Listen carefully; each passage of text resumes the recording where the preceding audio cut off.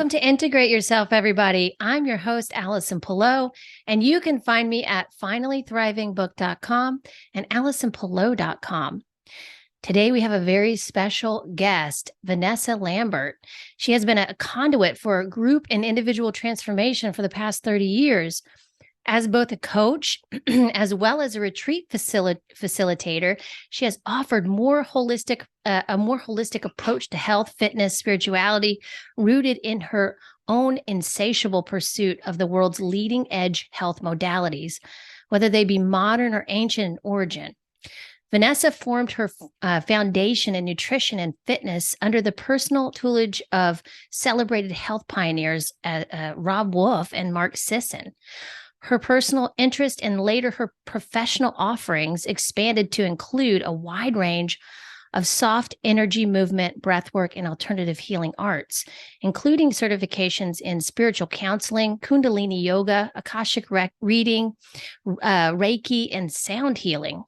Vanessa is the co-founder of Be the Wellness and founder of Starseed Collective, both of which showcase her unique flavor and ability to cultivate community by creating dynamic healing containers to facilitate groups and individuals who seek transformative change through holistic means.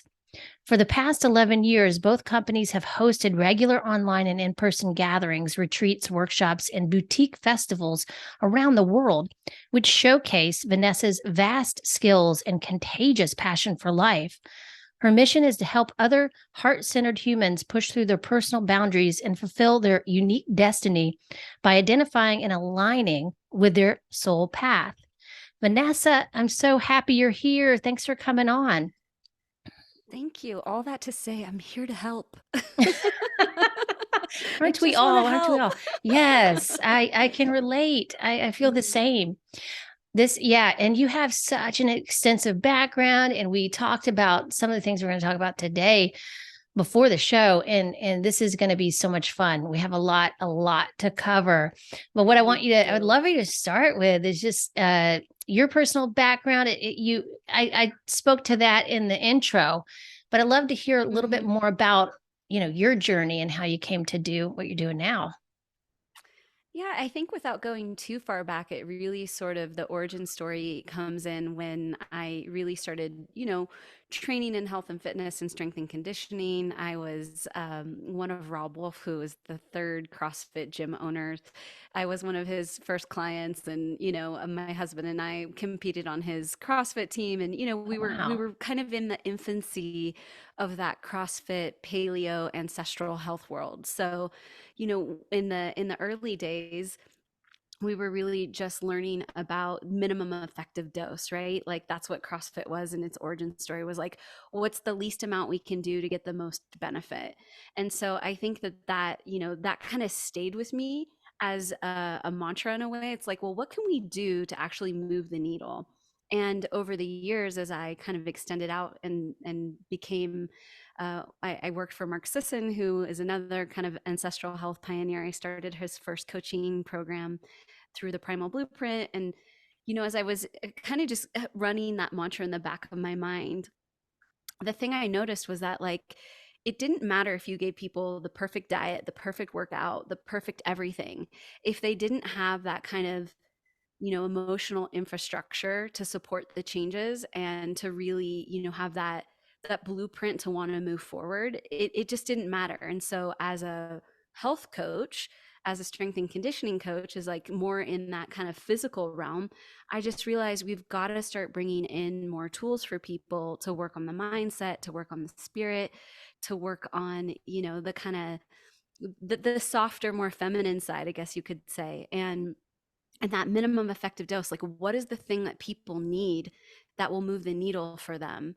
And so I think that's where all these different modalities really started coming in for me. It was like, well, what's the thing that I can give people that's going to give them that breakthrough, so all those other goals that they're trying to accomplish are more attainable? And so that's really where the breath work and the Kundalini and the Reiki and the all of the different modalities, it was like, what can I have in my box of tools that no matter who I encounter, I'll have some kind of helpful solution for them to move their own needle forward in their life. And so I think that's kind of like the overarching theme for me is like, all right, how can I help? Like, how can I actually Yeah. give somebody something meaningful that will make a difference for them? And we're also different, and I think if you are in that health and wellness world, it's inevitable that you get to the point where you're like, if we don't check the mindset, if we don't like figure out the internal compass of what's navigating this person, then you only see such like a certain amount of results, and then you start to top out. So that's been my mission, is just like, okay, well, how can we move that in a more impactful way so that people feel like they're really fulfilling on their ultimate potential. Absolutely. I couldn't agree with you more. I'm in the same boat there with I started out as a personal trainer. I started out at the Czech Institute and with Paul Chek, and what came to many of the same conclusions. And that's where it's landed me where I'm at now, talking more about how to integrate the spiritual, the mindset around kind of what you want to create, because I think that is what was missing. It was so much, there was such a lack of creativity, even though people really meant well. It kind of, I was seeing in the health and fitness industry that it just stopped there. And then we weren't applying that, even this greater creativity into our everyday lives. So yeah, I love that. 100%. Yeah. Yeah. Yeah, it's very interesting because I think that the wellness world as a whole is kind of transitioning into this. Even if you're on the far end of the spectrum where you're like zero woo, Yeah. you're like Right. anti woo, you can't help but still kind of just, at least nod to the fact that when your mindset changes, it's easier to make changes in your physical body. And I think Right. as a whole, we're shifting into like, okay, it really is holistic. We can't just parse out pieces of ourselves and expect that those other pieces don't matter. It's just not, Yeah. most people at this point, I think, have come to that conclusion on some level. Absolutely. We're seeing it, in the medical industry too, and how that segmentation just doesn't really work for healing. And yeah, I think more and more people are realizing, or even just asking the question, like, there has to be, there has to be more, doesn't there? Because, this seems very limiting. So I love that we're talking about this today. And I just wanted to actually just segue right into the Kundalini and talk about your guru in Kundalini and how you started out with that. And you and I were talking about before the show. And can you go ahead and just Yes. tell me her name again? Because of course it Yeah. slipped my mind. I'm gonna butcher it. So Totally. Guru Jagat. Yeah. okay. And it's Hmm. interesting because I was telling you that I saw a video. Somebody sent me an article about her, and I'd forgotten about her for about a year because when she originally passed away, a friend of mine, there was a few friends in LA who were studying with her, and they were, posting about it and how sad they were. And I didn't know who she was at the time, but I could feel in my heart, like I was like, oh, I felt connected to her somehow. And then later, when my husband actually sent me this article, that was kind of trying to ruin, in a way, I thought it was really strange, ruin her reputation. I thought, wow, what's going on here? Why is I mean, she must have really affected people in many, many ways. If there's also people that are feeling that way towards her, that they feel like they need to, ruin her reputation in that way. So, what came to me as well is like there's this intersection now between like spiritual, for some reason, spirituality has always been in this like really protective box, and people may not understand it, but there's reverence for it. And what I've noticed lately is now there's some people that are starting to poo-poo it and really, um you know I don't know what's going on, but I feel like they're trying to say it's like it's fake, or it's manipulative and all these things. And I'm like, wait, that's not this is, you know Yeah. this whole perception is not good for people to think, and so it's more of a fear-based perception. But anyway, going back to my original question, I'd love for you to share about your experience with her and what you learned from her and those kinds of things, and maybe your thoughts on that article as well. Yeah, it's actually it's so interesting because I think she sort of stands for her energy sort of stands for this whole conundrum, which is this thing of polarity on planet Earth. And what we saw in 2020 was extreme polarity, and like we'd never seen before, right? We saw people who were so on one side and people that were so on the other side, and particularly when it came to science, the medical, scene, magical thinking, or anything that was outside of like the given doctrine at that time. And I think that that time was very kind of in sort of it sort of set the stage in a way for what happened with Guru Jagat, because she was someone who understood this idea of polarity. And in the Kundalini teachings, we think a lot about polarity, and we think a lot about this experience on planet Earth, because everywhere you look you see this energy of polarity. And I just made a post about this the other day, that even Newton's third law is that everything has an equal and opposite reaction, right? So we Yes. even see this in physics. Like, it's not something that's really up for debate. When something happens, something of equal force opposes it. Like, this is, we understand this. We understand yin and yang, right? These balancing, harmonizing forces, feminine and masculine. Like, that's just the rules of the game here on planet Earth. And so Guru Jagat spoke a lot about that. And one of the things that she said, and she really exemplified, and this really what you're speaking to exemplifies it as well, is that when you become big, you become bright, you become bold, you're going to elicit the equal and opposite reaction of those kind of Oh, dark yeah. forces, or those accusatory energy, or those who are trying to kind of pull you back down or discredit you. And I'm not saying that Guru Jagat was a perfect human, because none of us are, right? Right. But unfortunately, her mistakes, if she had them, maybe she had a bad day, maybe she was rude to someone she worked with, maybe she was a human, so like she was carrying a huge load of several businesses. She had international yoga studios, like she was doing a lot. And so I'm sure there were moments where she was not in her highest essence, but because of who she was, those things got blasted. Whereas for most of us, we might have a bad day or do something, Right. and maybe have to apologize to someone after because maybe we're out of line. So I really think that what we are seeing with Guru Jagat is like, she was a magnificent force, and with that is just the polarity. And Yeah. I was lucky enough to know her and to study with her and to actually understand who she was and to be with her in her energy field. And so I feel grateful because I have a direct experience of her. And what makes me sad at this point is that all of these people that want to discredit her, they won't, if someone like you reads about her and didn't have that direct experience, it's a little bit trickier to decipher what is true and what is not.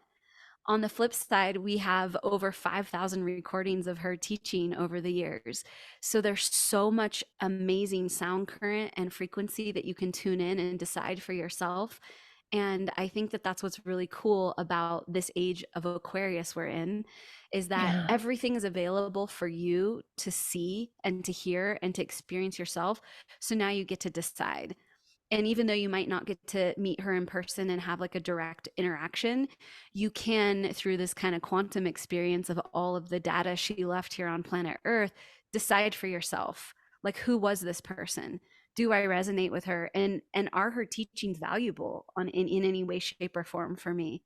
And I think that Yeah. that's really what we're being asked to do on a whole right now on planet Earth, is to step into our sovereignty and to decide for ourselves what we think things mean for us, what kind of effect, what kind of improvement or not they're having in our lives, and to stop listening to all of the rhetoric, and instead have more direct experience and step into your own sovereignty, your own deep intuition and understanding of if something is good or bad for you.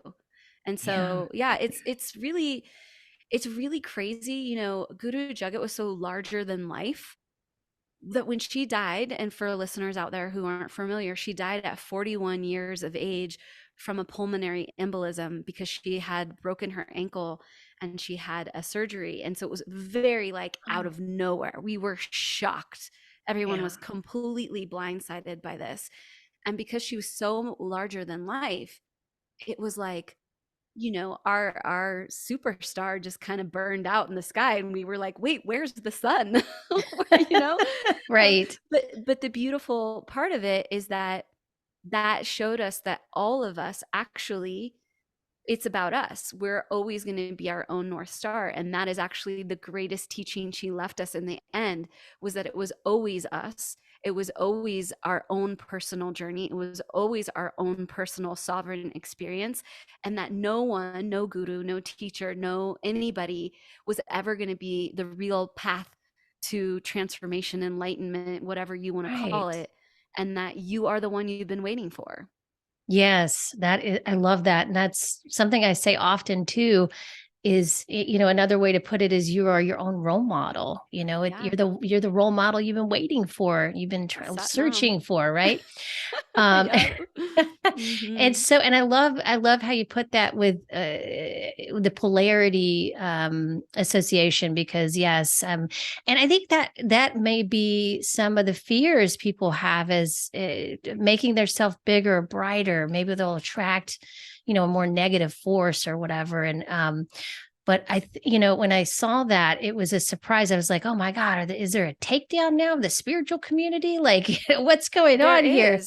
There Yeah. is. I mean, honestly, there's a takedown of so many things that give you more sovereignty.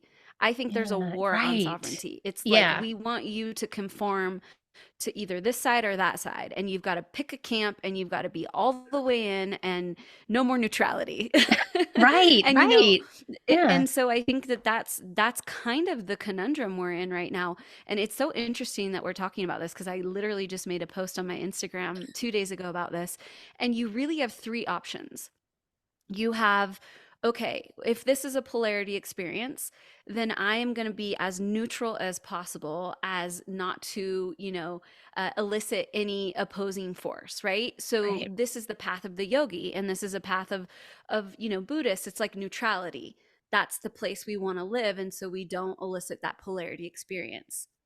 Right. Otherwise, you can decide and honor and accept that if you do shine brighter, if you do try to have a bigger message, if you do try to, be something, do something, create something, you're going to have to deal with that opposing force. And so you better be strong enough to handle it.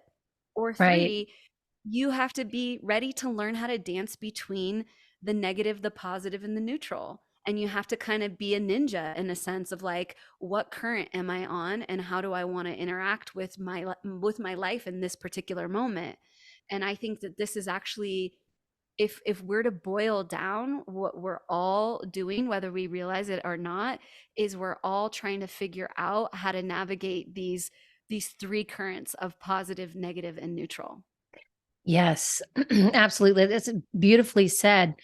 Um, and yeah, it's interesting. It's happening in the wellness industry too. And so yes, we're all being called to find that place of neutrality. I agree. And I think it's all about your perception, because I think about when people are in a certain place of perception where they're seeing everything as bad or good, or there's fear that's really driving that perception, then they're going to see it a completely different way than someone who's in neutrality, right?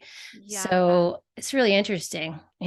It's super interesting. And the thing, it's a huge thing for me in my teachings and my community and everything that I'm trying to impart, is that have a direct experience in the most meaningful way that you can, and decide for yourself. Because Yeah. maybe Kundalini Yoga isn't for you, maybe plant medicine isn't for you, maybe whatever, breath work isn't for you. But until you can decide for yourself, all you're doing is being bounced back and forth in the polarity of everybody else's experience and jargon. So like that's probably in a nutshell what Starseed Collective, what Be the Wellness, what our companies are. It's like it's the fastest route to direct experience that we can offer you so that you can decide for yourself. I love that. I love that. Yeah. So let's, I would love to talk more about the Be, is it Be Well Festival that you have? Yeah, And it's how long Bee have you been Fest. doing Yeah. Be, I'm sorry, Bee That's okay. Festival? My Yeah, friend all used to good. have a company called Be Well, and that's what Oh, probably how yeah. I got that mixed up. It's all good. The Our people that we were working with on the property, they had coined it "Be the Fest," so Oh, Be the it's had a Fest. few different I like monikers, so no problem. that's great. Yeah. How long have you guys been doing that? So this will be our third Bee Fest, Okay. and the idea was to do one every year, but of course we had a little 2-year gap there in 20 Yeah. and 21, so we kind of skipped over those years, and so we're back. We did our one in last year in 2021, or sorry, 2022, in Zion National Park, and then now we're bringing it down to Riviera Maya in Mexico. Very cool. Very cool. Oh man. Yeah, and direct experience, like you said, is really the best way to learn how to discern between the things that are right for you and at that moment, for sure. We're Hmm. living in a world now where you don't, you're not getting that much direct experience because you can easily watch it on your screen. You can kind of get an indirect experience that way or learn about things on the internet. But what I think people are missing are the in-person personal connection of like being there, experiencing it, holding space for that, and feeling the transformation um, within themselves and knowing that it does come from within because we're taught everything's external, and we have to just react to what comes to us or just be okay, or not be okay, but just accept whatever comes to us, Hmm. and instead of realizing we can actually direct that energy and create more so what we'd like to come to us. Yeah, I think it was, an interesting outgrowth again of the 2020, 21 years is that we got so digitized, which was Yeah. amazing because in a time where we, for the most part had to be disconnected, we, kind of up leveled our technology systems and really like what we're doing right now here in Zoom. I mean, it's incredible the level of connection, but there never is going to be a replacement for real in-person experience. And I think it's actually kind of something that people need to rewire into their lives because of those, those 2 gap years, we could call it, where we went so internal. Some people have got a little stuck there where Oh, they're right. like, I'm not going to make the effort because I could just go on Zoom or I could just see the person and like, what's Yeah. the point of like getting on a flight and going and da, da, da. And in all of the sudden, like the weight of making that extra effort takes people out of the game. But I really, really think there's such a strong argument to be made for making the extra effort to go have direct experience. And, my husband and I have been running wellness events all over the world for 11 years. And we always say that, we've been coaches for 30 years. I've been a coach. So, like, it's, a lot of coaching experience. And you can see somebody change in one weekend of direct experience what it would take you in like 5-10 years of coaching remotely. It's just like it's Right. crazy how quickly you can change and how quickly you can up level. And also just like the vibration, the frequency is a real thing when you're around other people that are holding a certain imprint, a certain energy field. You just automatically sequence into that energy. Whereas we have not quite got the same adaptation through the digital format. Like it's just not quite Yeah. there. It's pretty damn good, I have to say, Yeah. but it's just not quite the same as being in the space, being in the same breath, being in the same sound current, being in the same experience as the other people that are there to transform with you. Absolutely. You've been coaching for 30 years. I read that. I was reading that earlier on your bio and I was like, 30 years. How old are you? Like, you look so So young. I know. So this is crazy because I'm 44, but I got my very first coaching job when I was 9 years old. And this is kind of What? wild. Like Oh my goodness. I was a gymnast and I So was I. was yeah, were you? Okay. Yeah. I could see Yeah. that actually. I could see it. Yeah. Uh and I love gymnastics. I was obsessed with gymnastics and one of the coaches asked me if I would start coaching the younger kids that were like 5 and 6 years old. And, at the time I thought like, sure, I'll do that. And I started helping out. Pretty soon they turned this class over to me, and I was coaching like 2, 3 days a week, 20 kids that were 5 and 6 years old. And now looking back on it, I'm like, that's really wild. The parents didn't like, no one ever said anything. Like, here's this other kid coaching. I just had it handled. And I think Yeah. that the point of that is that I literally is my destiny to be a teacher, to be a coach. Like, I just, everywhere I turned, it just showed up. And even when I tried to kind of reject it and not go into that world, I just constantly kept being invited to be a teacher and be a coach. And so, like, yeah, it's legitimately been 30 plus years now. That is so cool. I love it. Yeah, Yeah, I used to yeah. coach gymnastics too. I did that for a little while as well. Oh, that's Yeah. amazing. I love Yeah. that. It's such Yeah. a beautiful sport. It It was, I is. say it was my Yeah. first love. Yes, absolutely. Taught me so much about the body, and I, brought that into my adulthood with what I did after that. But yeah, what a great discipline. Um, I think there's no better, like, for proprioception and oh just the yeah, development of time and space is hands down the best absolutely. sport. Yeah. Teaches you how to focus too, you know? Totally. And visualize, and just so Yeah, many things that you take into your future self. absolutely. Yeah, that's where I learned how to visualize and how to manifest the first for the first time in my life, through Mhm. gymnastics. That yeah. Agreed. Um Yeah. yeah, it's amazing. But it's good, It's like like it's hard on your gymnastics is body like though too. yeah, it is very hard on your body. It's like again, back to that minimum effective dose, right? Yes, yes, exactly, exactly. Now I understand why you went into CrossFit. That makes total Yeah. sense. Yeah. It's a natural outgrowth as an adult. You're like, what do I do with this gymnastics stuff? Exactly. Yeah, Yeah. like what else could yeah, it's kind of hard to decide what physically you do after that when you retire? Yeah, because there's Yeah. not a lot of, yeah. So I became a surfer too, which is Oh, another place wow. where I think it translates really well. But Yeah. yeah, it's kind of like, because it really is a very unique, I think it's a very spiritual sport. I mean, it's very Yeah. like, especially when you're young and you're in those developmental years and your brain is just figuring itself out. And then you Mhm. start to realize, like, wow, I can do some pretty crazy things that most people can't do. And then all of a Yes. sudden, you're sort of encoded with this kind of superhuman feeling about yourself. And I think it Yes. does translate into later in life when you want to start your own business, or you want to do all the things that Exactly. people are like, you can't do that. That's not. And I'm like, I don't know, because I could do double backflips at some point. So I love I that feel you're like it's, saying that. Yeah, because that yeah, I resonate with that so much. Yeah, that makes a lot of sense. Yeah, it really creates that I guess background for you to because we did some amazing things. I yeah, mean, I look back on some of that and I'm like, oh my God, how did I do that? But but you do have to also be very when I say focus, like you can't be thinking about anything else when you're in the middle of a flip or something like that. It's just it really trains your brain to be with yourself in the present moment, which was where I first learned that too.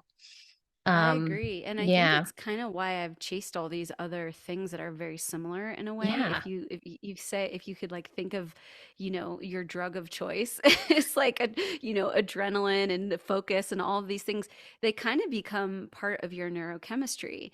And so as a Right. gymnast, I'm sure you can relate, you start looking for other kind of fields where you can recreate that. And surfing certainly was that. And honestly, Kundalini Yoga is actually that for me. You really are able to kind of bring your neurochemistry into a very similar format, and the focus and the discipline and the deep awareness and presence in yourself is another thing that I experience in Kundalini Yoga. And I think it's actually one of the reasons I'm really attracted to it. That makes sense. That makes a lot of sense. I have another question for you. Do you feel like also, because I know I was a little bit ADHD before it was even a diagnosis, and that's part of why I was in gymnastics. It really helped me, train my brain that way, get focused. But now as an adult, what I found the most challenging thing was that I wanted to do a bunch of different things. And kind of with gymnastics, you're doing that same thing. you're doing so many different things at once, and you're kind of used to doing that and overdoing it a little bit, right? Did you have that same Yep. experience too? Yeah. Oh, 100%. And, Yeah. I'm actually officially diagnosed as ADHD at this point because I had a brain scan. Um, Congratulations. yeah. Yeah. And they're like, oh, yeah, you're a little ADHD. And I'm like, yeah, I kind of knew that. Yeah, we knew But I think it. we know it. But I do think you're right. It kind of formats the brain in a certain way. And you're right. It's very focused, very directed, but then okay, that's over. Now what am I focused on and directed? It's like Yeah. it's very short stints of focus and direction, and then you shift gears, right? Okay, from Right. vault to bars to that. So it's like I do think it actually has a lot to do with the way that the brain is formed and the neurochemistry and the like neural pathways. So, and again, I think all of these things, if you learn to work with them and understand them, they can Hmm. be another kind of superhuman benefit. Because Yeah. I think, I don't know if, but like when I set my mind to something, I just can get it done, and it's like, it doesn't really matter if I'm focused, it's on, and like there's nothing that can get in my way, but it just can't take too long or I Yeah. get bored. Exactly. That's me. That's me. Yeah. Yes. Oh my gosh. I love it. I love talking to another gymnast because we get it. We get it. It's a certain breed for sure. Yeah, yeah, for sure. Very special human. Yeah, Um, totally. so I would love to talk about the Akashic records because that's something I've always been really curious about, but I haven't dove too deeply into. I usually eh, get into a place myself. I'm probably accessing the Akashic records many times when I'm connecting to source and just being open to that, or channeling and those kind of things. But I'd love to hear more about, how you help people with that, and your experience with it as well. Yeah, I learned about the Akashic records. Gosh, I think it was probably 2007 or somewhere around there. I'm not that good with dates, so we'll say somewhere in that Okay, in that's that fine. era, that epoch. Right. But I took a year-long internship through these teachers who studied in the Berkeley Psychic Institute method. And for those of you who aren't familiar, Berkeley Psychic Institute is kind of this incredible psychic university in Berkeley, Oh, wow. California. And I'm a Northern California native, so there's always just a lot of esotericism around, a lot of spirituality, kind of counterculture stuff happening. And so when I did that year-long internship, it was literally to develop a deeper connection with my psychic skills. And the belief and the thought is that we all have that to some degree, and that we can train it. We can start to train, what we call the clairs, like the claircognizance and the clairvoyance and the different types of intuitive processes. And so I had first learned about the Akashic records way back then, and I kind of started tapping into them and working with them a bit. And then really I sort of forgot about them for many years. Like I didn't really think about them.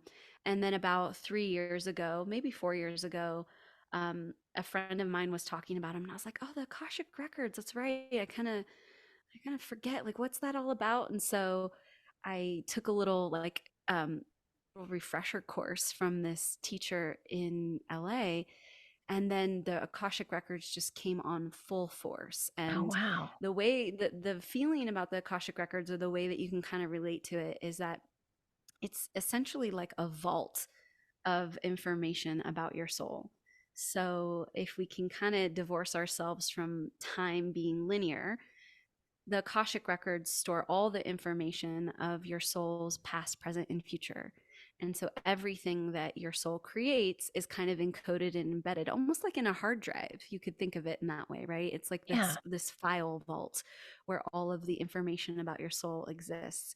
And so you can work with the Akashic records, and you can work with kind of the spiritual beings that kind of are in that dimension, you could say, to understand a deeper part of yourself, and to also work with clients to understand a deeper part of themselves. Okay. And so Yeah. there's all different ways that you can interface with it. You can work with it to look up soul contracts. Oh, And yeah. are you familiar with soul Yes. contracts? Yeah. Yes. Uh-huh. So, for those who aren't familiar, the idea of a soul contract is that before you come into your incarnation, you decide that you're going to take on certain tasks or certain lessons or certain growth Yes. experiences here Uh-huh. when you come to planet Earth, and you contract with other beings to help you fulfill on those experiences. So, for instance, like a soul contract might be with your husband or your wife Oh, or your right. best friend, right? And they help you they engage with you in a way that elicits a certain growth in your spirit, in your soul. So you can actually go into the Akashic records and you can look up your soul contracts. You can be like, okay, what's here? What have I fulfilled on? And then you can also say like, I might have written too much in this contract. I might want to rewrite it because I actually went a little too big and I don't actually want to do everything I wrote in that contract. So you can work with the Akashic records to actually locate those contracts and even kind of re-illustrate them if you want. Oh, So yeah. there's all kinds of, I mean, as far as your imagination can go, you can work with the Akashic records. I mean, you can work with it with sound current. You can work with it with understanding angel energy, understanding, Cool. numerology. The way I think of it is like, it's almost like the overarching container that holds all the modalities. And so if for instance, maybe you're a Reiki person. And so you have a lineage to Reiki where like you tune into the Reiki lineage and you channel that energy Oh, yeah. in the Akashic records. You could it's almost like you have all the lineages there. And so when you're working with a client or even working with yourself, you can ask the Akashic records, okay, what's the most beneficial thing for me to pull in for this moment for me? And so you might actually have a curation of modalities that you've never even heard of, like Yeah. candlelight therapy, or like, Oh, right. Yeah. I've had all kinds of things come in where they're like, oh, you need to actually work with the color red, or like everything under the Akashic sun lives there, and you just kind of tune in to work with that energy field.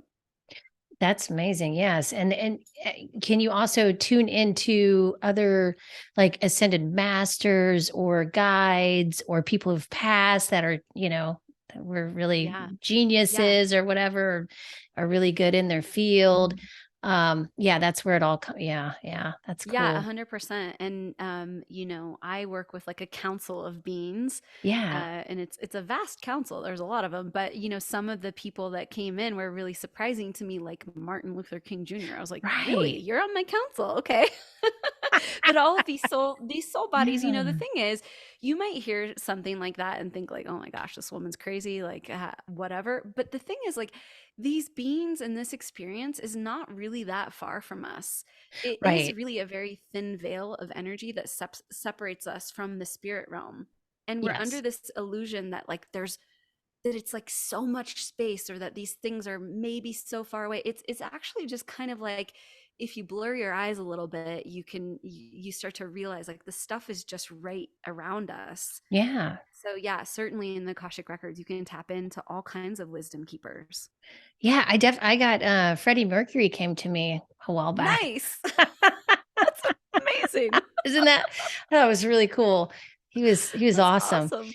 Oh Yeah, I yeah, think it's that's like beautiful. yeah, it's a matter of vibration too, right? Everybody says kind of that word gets thrown around, but really it is a thing. I mean, it's how we thin the veil a bit between those worlds, right? And as your vibration goes up, gets faster, then you're able to connect with that, I think, so much more and I easily. totally agree. Yeah, and that's Yeah. actually why the Akashic training that I do, that's why Kundalini Yoga is such a big part of it, because exactly what you said, when you start tapping into these faster, sometimes they're bigger. Like, you have to actually kind of develop the infrastructure to hold these energy Yes. patterns. Yes. And then when you do your Kundalini yoga practice, you actually realize like, oh, I needed to have this kind of strength or this kind of embodiment in order to connect with these types of beings, because otherwise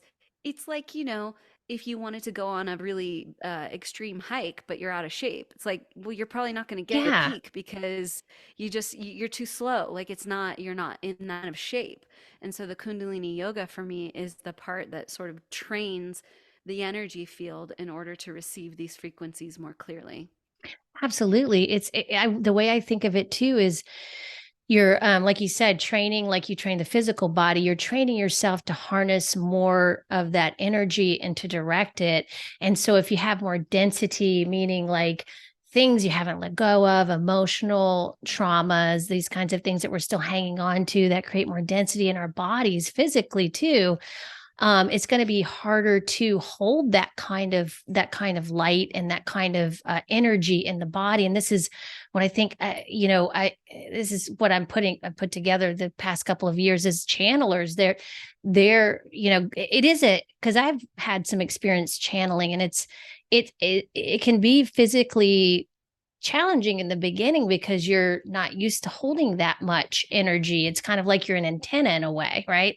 Yep, yep. And then but as you get better at it, as you lighten the load, so to speak, then it becomes easier. Yeah, Yeah, absolutely. No, I think you're so right. And it's just like any kind of training that we do. right. We've got physical training, we've got spiritual training, and it's just really about finding the modalities that support you in being the fittest in all of those domains. Absolutely. Yeah, I I'm love gonna it.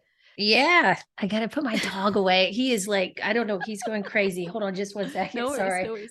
Quick. Okay. So He feels the he's just energy. I know He's like, he will not be still. Usually he's like very chill when I'm on an interview, and he's just like biting, he's like chewing on my hand and moving all around and stuff.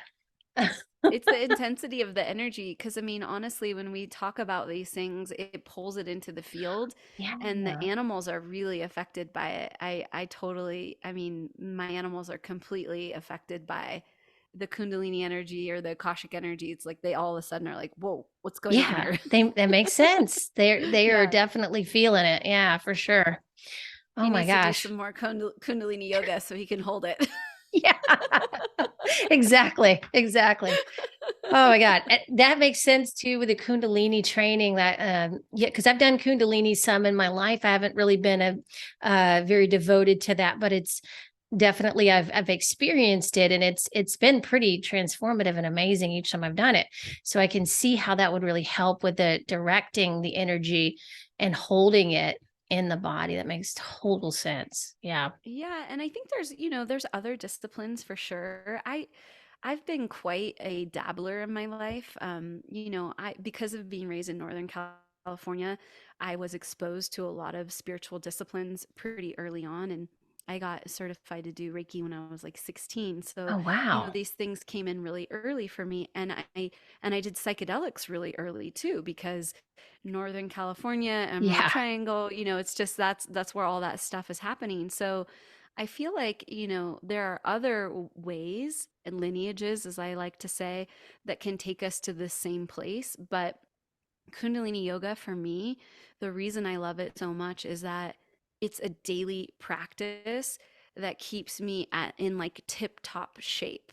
And back to Yeah. that kind of minimum effective dose, right? Like I've done a lot of plant medicine and psychedelics, and I have a very deep love and appreciation for them, but I can't do mushrooms every day, or I can't like Yeah. I can't Yeah. do Takes a lot ayahuasca out of your every body. week.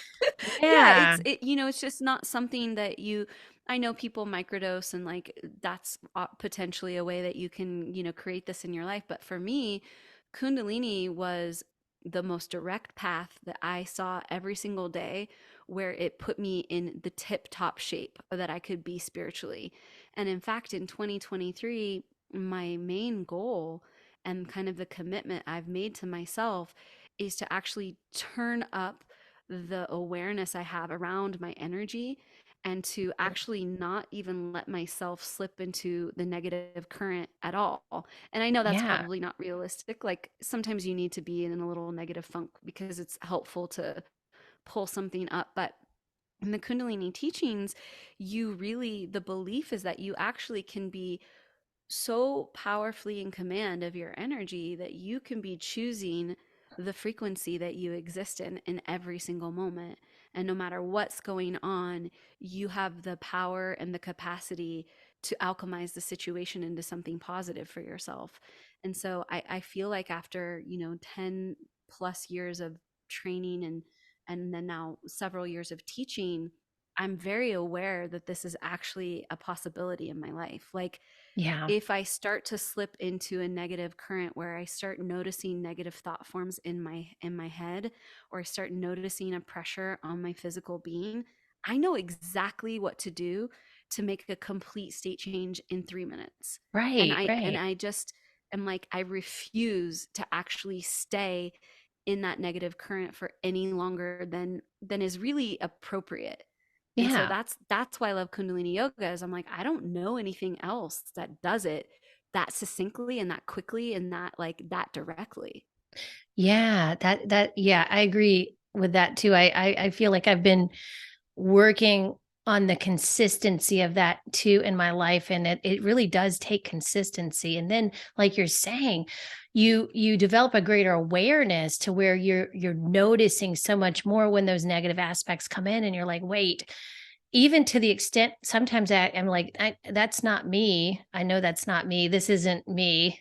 So Yep. that I've even come to the next step with not attaching or judging it. It's just, okay, what is this? And sometimes it's like maybe something through a collective program that moves through and that I need to transmute or something. But Mhm. and so now it's like, instead of attaching to the meaning of that, or that's criticizing myself or going into the depths of that negativity, I step outside of it into that place of neutrality, like you're saying, and say, okay, what is this? I get curious about it. And then I allow that to move through. And so Mhm. that sounds like Mhm. that's what you're talking about too. Yeah, it's very similar. And I think the only distinction I would make is that one of the things that's really interesting about Kundalini Yoga is that it's slightly different in the sense that for many years I would do that self critique and kind of like, well, what's going on? And like you're saying, get the curiosity. At this point, to be honest, I don't even really do that anymore, because Yeah. I'm just kind Yeah. of like, it's an energy that is there for whatever reason. Like you said, it might Right. be a collective program, it might be a past life, it might be whatever. Right. Is it beneficial and supportive for me and my destiny and what I'm trying to create in this lifetime on planet Earth to hang out here? Yeah. And then typically if the answer is no, it's just like, okay, let's just state change, let's just get back onto the neutral or Right. positive current, and don't even necessarily worry or care why that was in your field. Like, it kind of, Yeah. at some point you just start to be like, it could be all these things, but does it really matter? Exactly. Yeah. You know what I'm saying? So I it's do. Yeah. Yeah. mm-hmm. Yeah. I, So I it's an think, interesting thing about the Kundalini teachings, is that they're like, just decide and then direct. And I just like really yes. appreciate that. As a No, you're gymnast, right? right. We're like, do the Exactly. We're drill. doing it. We're doing it. You got to go Yeah. for it all the way. So Yeah. yeah, and it's yeah, I see what you're saying. Yeah, that makes total sense, because that's kind of the next level, which is um then realizing that you do have that kind of power to decide. And yeah, and then you get a choice there. And so um yeah, I'm trying to think how to word this, but I've experienced this as well, and just now stepping into this. I feel like what you're talking about is like, because I forget sometimes that I have that, and then I'm like, Hmm. oh, that's right, I can do that, you Yeah, know, and so totally. that's where I'm at in my practice now, is that I'm realizing that, oh, I do have this in me, and I can decide, like you're saying, what if I want to stay in that, or accept it, or like actually say, nah, I'm Yeah. gonna do something different. Yeah.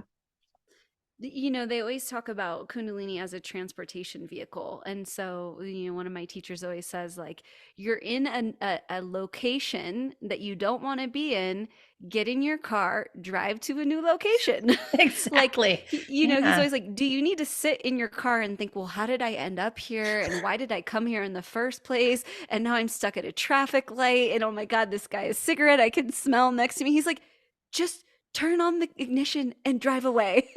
It's And I so always just love practical. that. Yeah, just go, just leave, go to a better location. Yes, that And I makes so just, much yeah, I sense. love it. It's like, yeah, why am I Of hanging out course. here? How long do I need to be here? Exactly. Exactly. I love it. I love Yeah. it. Well, I do want to go full circle to your fast. The bee fast is, and ask are these the things that people are going to be able to experience there, and what you're going to share Yeah. there as well? Yeah. Yeah, Bee Fest is really the marrying of kind of all of the modalities that I've collected and loved over my career. And so there's physical training, and there's, there's breath work and yoga, and some movement training that we'll do. And then there's also Kundalini Yoga. And then there'll be like I'm trying to think of all the things that are on the docket right now. Oh yeah, we'll have some really fun kirtan, like, which is working with sound Yeah. current. I'm really really big about sound current and understanding how frequency, vibration, mantra, all of these can change, like we're saying, create that state change.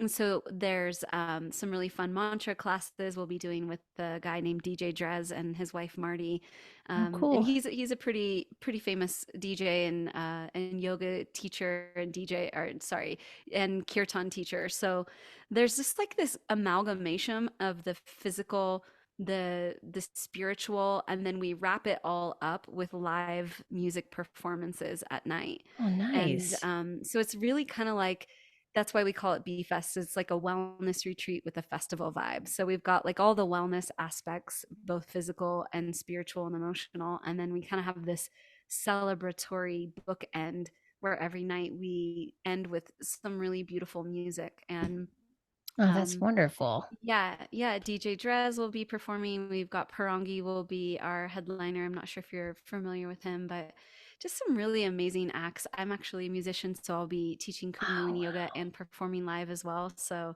What do you do? What do you it's do? Do you sing or? yeah. So I actually had, a little over a decade career in Los Angeles as a performance artist and musician. Oh, So I play wow. guitar and sing, and Ah, yeah, that's so we'll be amazing. bringing in, yeah, it's really just like, I think of Bee Fest kind of like I think of Kundalini Yoga, like it's a way that you can come in and quickly transform in a short amount of time and Yeah. actually really come out the other side as a changed individual in a really positive and beautiful, loving way.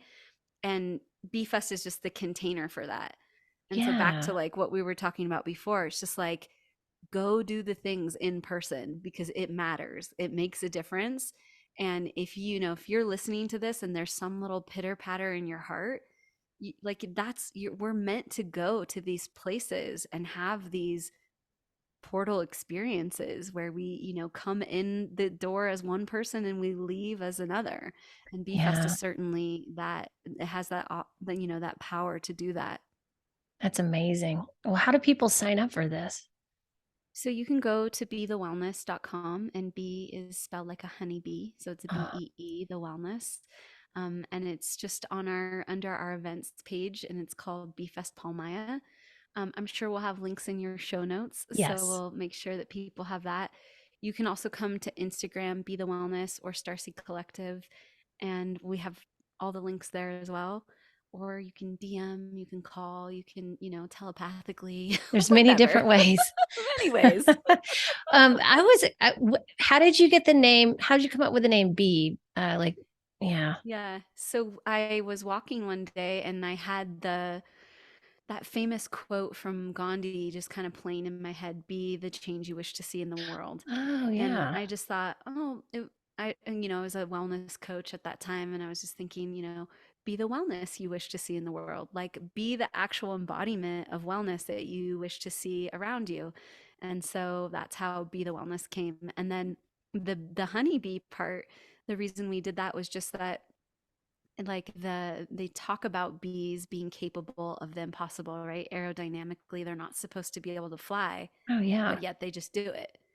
And so Right. I just love that. I was like, this is kind of like a little magical bean, literally bean. You know, Yeah.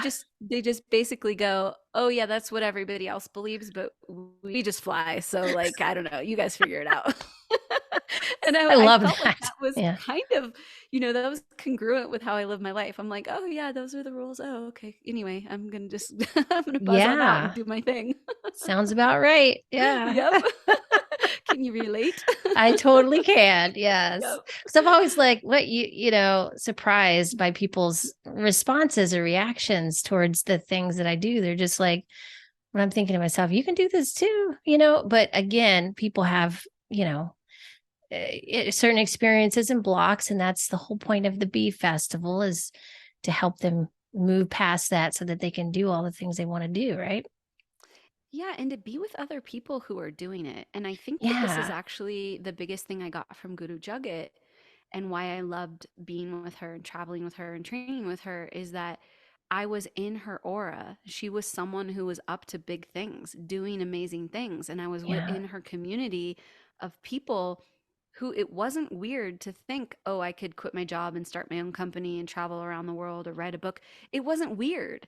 It wasn't Yeah. strange. Everybody was doing that. And so I feel like Bee Fest is really an example of that. Like just go be with people who are up to cool things and just watch how your Yeah. vibration and how you start thinking about what's possible for you or not. It just changes. And you Yeah. don't even have to work that hard. It just happens. Ease and grace. Yep. Mm, yes. Amen to that. Amen to that.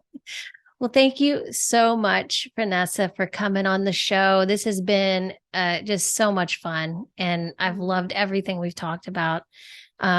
And it's so nice to meet and connect with you more so than anything else. likewise. Yeah, I I feel like know, I've little met like a, Essex buddy. I know exactly. Oh my gosh, we'll have to stay in touch. Yeah, absolutely. No, it's been Yeah. such a pleasure and I'm so grateful. I really love that you're sharing all these unique messages and helping people to find their way to the thing that helps them, right? That's what Yeah, we're here to do is just help like illuminate these paths and say, "Hey, maybe this will help." absolutely. Absolutely. Yeah, it's a team effort. Go team. Go team. That's right. Well, thanks again. And yeah, I really appreciate you so much. And this has been just amazing. So I know my listeners will get so much out of this show. So thank you, Vanessa. Mm, thank you. Yeah. Bless you. Bless you too.